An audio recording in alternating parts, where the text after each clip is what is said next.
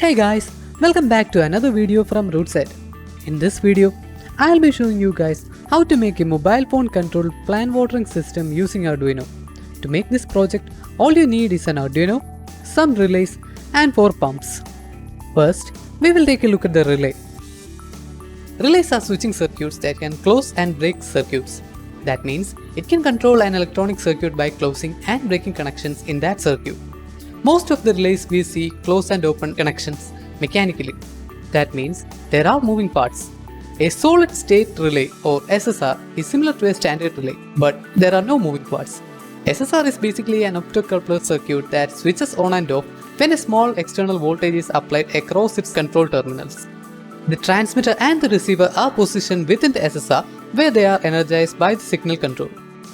Once energized, the optocoupler switches the circuit either to open or close, which allows the full voltage signal to pass through the SSR output. And here is the brain of the project, Arduino Nano IoT. This board combines Wi-Fi and Bluetooth connectivity with a low power architecture for a cost-effective connected project. Arduino Nano IoT is fully compatible with Arduino IoT Cloud. This is an IoT board, light and compact, and it's the same size as that of Arduino Nano. The board has two 15-pin connectors, one on each side, pin-to-pin compatible with original Arduino Nano. I used Altium Designer to draw the circuit and design the PCB. It is a powerful tool that can be used to design and create your own PCBs for your project as well as complex and multi-layer PCBs for industrial use. Here is the link to Altium trial version, so make sure you check that out.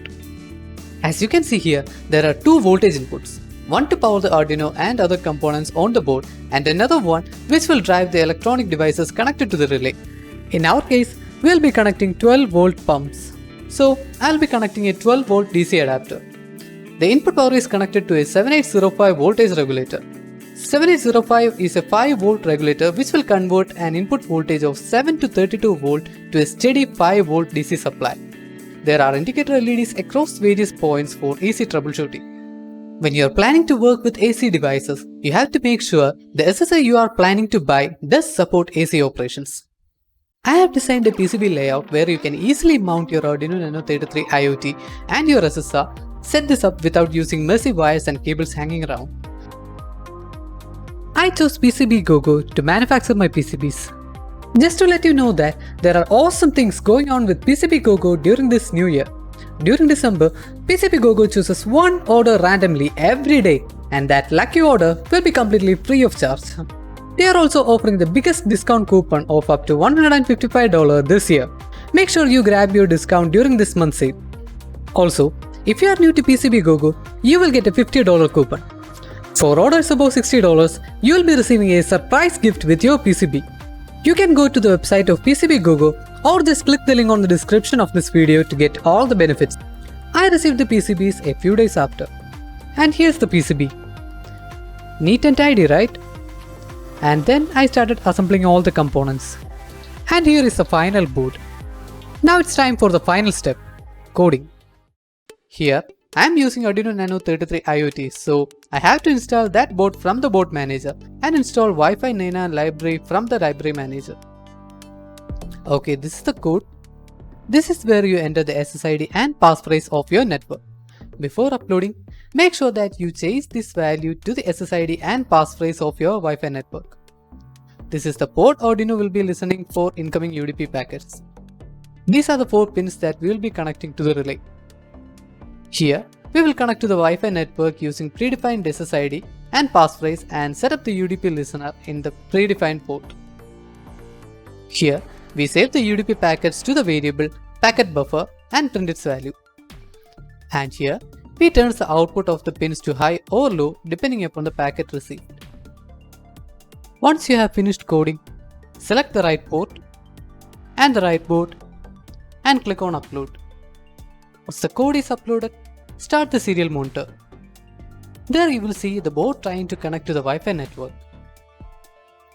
Once it is connected, it will print out the IP address it has acquired. Make a note of this because we'll be using it in the Android app. And now, the final step.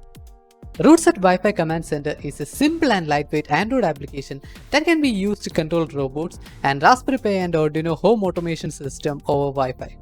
All you have to do is connect your mobile phone to the Wi-Fi network, enter the IP address and port of the server, and control it using on-off buttons.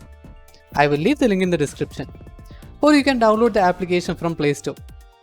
Now all you have to do is open the app, enter the IP address and port number, and head over to Home Automation tab.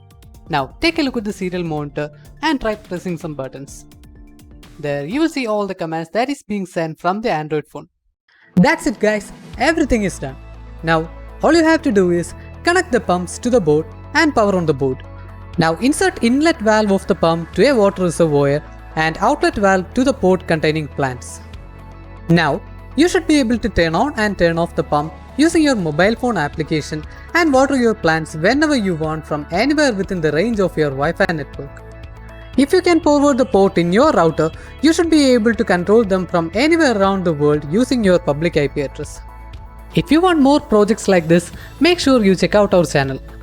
You will find lots of robotics tutorials and hobby projects that you can do from your home. So guys, see you in the next video.